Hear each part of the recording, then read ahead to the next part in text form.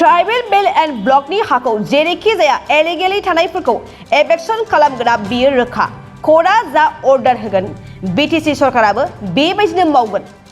सोरनिबा बादा होनाय एबा हेंथा होनायजों जों खामानि मावा एबा जों थाङा बे बाथ्राखौ बुंदों बिटिआरनि गाहाय मावफुं सोद्रोमा प्रमद बर' बिथाङा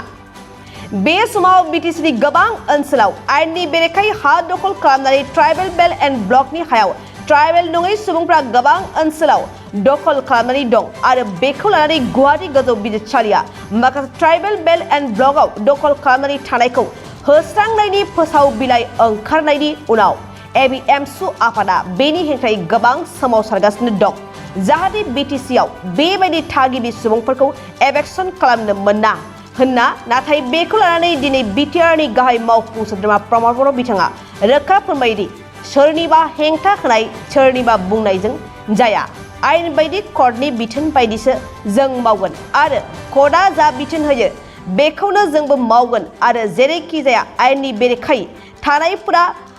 ओंखारखानांगोन होनना रोखा बाथ्रा बुंदों प्रमद बर' बिथाङा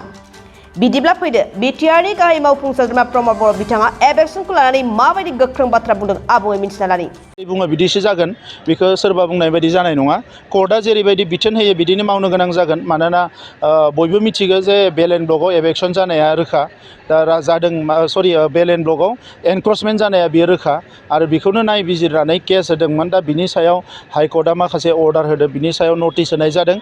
फैगौ 24 अक्ट'आव आरोबाव हाइकर्टआव माखासे हियारिं जाबावगोन बिनि उनाव कोर्टनि जि बिथोन बेबायदिनो जों थांनो गोनां जागोन मानोना कोर्टनि उल्थायै रावबो थांनो हाया हाइकर्टआ बे हिसाबै जोङो सरकार हिसाबै जोङो बेखौ सानगोन बेथ' अराय सम थाखागोन मानोना माखासे मानसिफ्रा बेवहाय जिरायनानै दङ बिथांमोना सोरबा जेनुइनबो जानो हानाय सोरबाया जेनुइन नङाबो जानो हानाय दा बेखौ जेथिया जोङो गासैखौबो स्क्रुटिनि खालामगोन अब्ला हमनो हागोन जे सोर जेनुइन नङा बाइक सालायनायाव हमनो थाखाय हेलमेट बेसेन लायालासे बाइगिरिया मोननो हागोन आरो सीट कभार्स बेनि अनगायैबो जाय फाइनान्स लागोन बिथाङा खम डाउन पेमेन्ट होनानै लानो हागोन